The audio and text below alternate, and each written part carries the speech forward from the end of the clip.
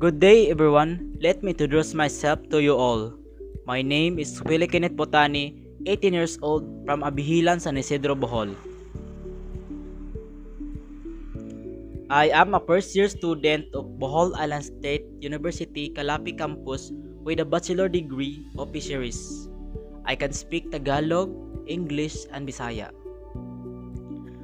I love editing, but the thing I love the most is drawing. The editing app that I usually use is CapCut because it can support my phone. The video that I edit in CapCut are film, commentary, blog, and video promotion. And also, I can draw some different kind of art style like poster making, portrait, urban sketch, and wall painting. I also love to play some kinds of sports like badminton, volleyball, and high jump.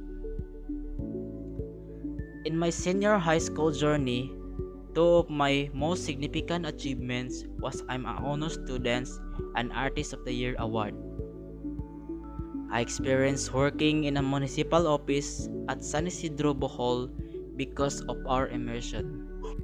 And now, I'm hoping to be a student intern in your company. Therefore, I'm willing to give all the knowledge and experience I have in your company. I am hoping to be a part of your company soon.